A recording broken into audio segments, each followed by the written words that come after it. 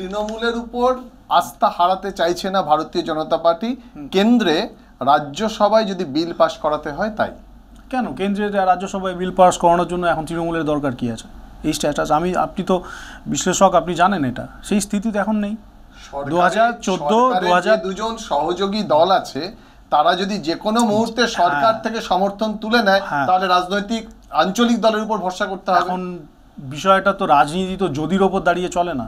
অবশ্যই যদি না চলে, অবশ্যই চলে। তার কারণ হচ্ছে আপনাকে এটা মানতে হবে। আমি বলছি যে বঙ্গ বিজেপির নেতারা যেটা বুঝতে পারেন না, অমিত শাহ কেন্দ্রীয় নেতা হয়ে সেটা বুঝতে পারেন, দূর দেখতে পারেন। প্রথম কথা হচ্ছে যে আপনার যে প্রশ্ন সেটার দাঁড়িয়ে আছে যদির ওপর। আপনার কেন, বিরোধী যারা, আমাদের বিরোধী যারা, তাদের সকলের একটা ইচ্ছা রয়েছে, একটা আকাঙ্ক্ষা রয়েছে বলতে পারবো, যে নাইডুবাবু সমর্থন তুলে নেবেন, নীতিশবাবু সমর্থন তুলে নেবেন। তাদের উপর কেন ভরসাটা নেই? কারণ নীতিশবাবু এর আগে অনেকবার ইতিহাস তাই বলছে, ইতিহাস তাই আমি বলছি তো, আপনি কেন বলছেন? আমি বলছি বলেছে সেই ঘটনাচক্রে তারা মনে করছেন যে এবারে হয়তো তাই হবে। তারপরেও আপনারা ভরসা করছেন? এখন কেন করব না? কেন, কি কারণ আছে?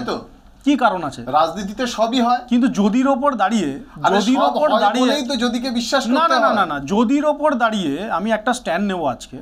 আমি এখন পুরোপুরি আমার রাজ্যসভার যা গণিত আছে, লোকসভায় তো ছেড়ে দিন, সেই গণিতের ওপর দাঁড়িয়ে আমি যদি কথা আসবো কেন? তাহলে আপনি বলুন, দেখা করলেন না কেন?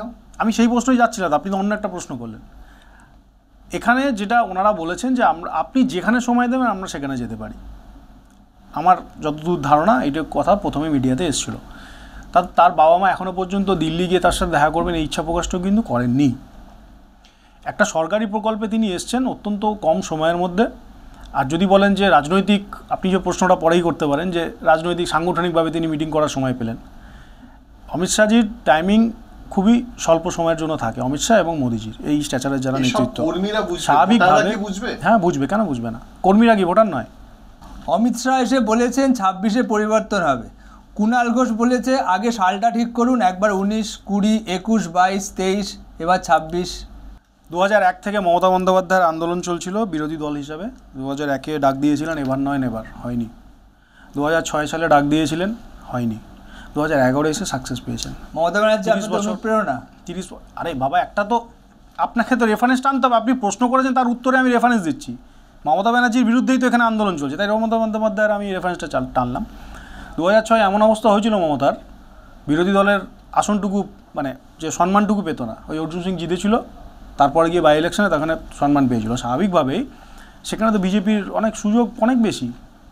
আপনারা সবসময় 200 আসনটা দেখেন,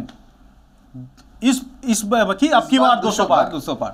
আপনারা এটা দেখেন না, একটা রাজনৈতিক দল ভারতের ইতিহাসে কোথাও নেই, পৃথিবীর ইতিহাসে জানি না, অতটা ঘাটাঘাটি করি না, পড়াশোনা করি না, ভারতের ইতিহাসে কোথাও নেই যে 2 থেকে 77 হয়, 3 থেকে 77 হয়েছে একটা রাজনৈতিক দল। এটাও নেই এখনো, ভারতের ইতিহাসে এটাও নেই।